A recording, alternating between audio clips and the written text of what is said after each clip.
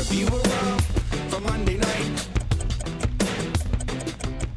It's John Pollock and Wei Ting, and after a weekend of approximately 5,000 hours of professional wrestling and 3 more on Monday night, really all you can take is 3 more minutes. Is that not correct? Yeah. Let's try to recap everything.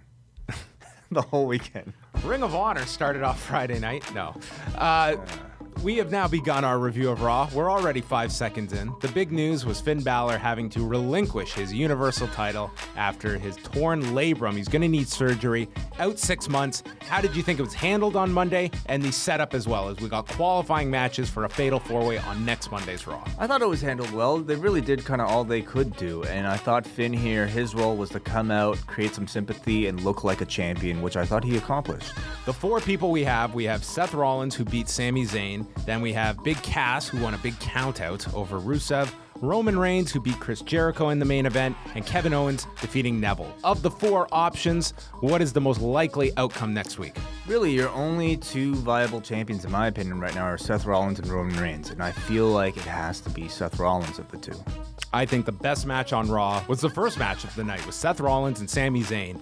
Sami Zayn should have a spot in that match. I think that makes it such a better match with the babyface everyone's rooting for. He was outstanding in this match. His selling is among the best in the company, and he was tremendous selling this ankle and all of his offense tailored to this ankle injury. Yeah, I completely agree with you.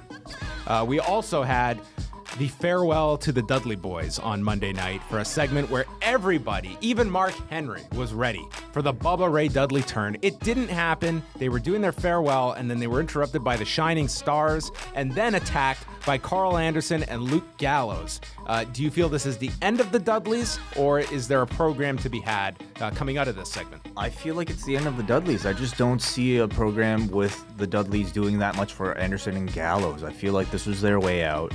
They tried to tease a heel turn for whatever reason, but instead, all we just got was a goodbye and Gallows and Anderson standing up on top at the end. I feel this is a real lost opportunity. You can't create those situations every day. And with the Dudleys, this was your opportunity. If you were ever going to do the turn, this was it. And I think they lost that. If that was ever an option down the road.